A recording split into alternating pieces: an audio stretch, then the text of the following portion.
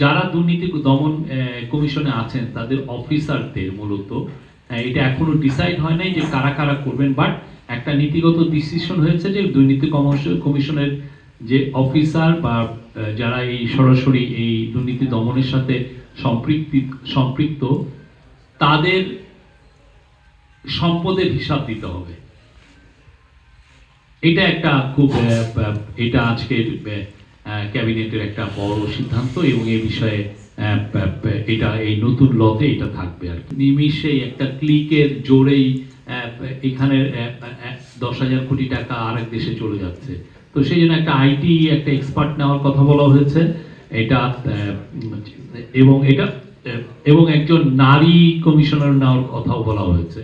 তো আর হচ্ছে যে আরেকটা আরো দুইটা প্রস্তাব লাস্ট মোমেন্টে এসছে, সেটা হচ্ছে যে তাদের কাজের প্রতিবেদন, দুর্নীতি দমন কমিশনের কাজের প্রতিবেদন এখন থেকে তারা 6 মাস ষান্মাসিক মানে 6 মাসে অনলাইনে পোস্ট করবেন।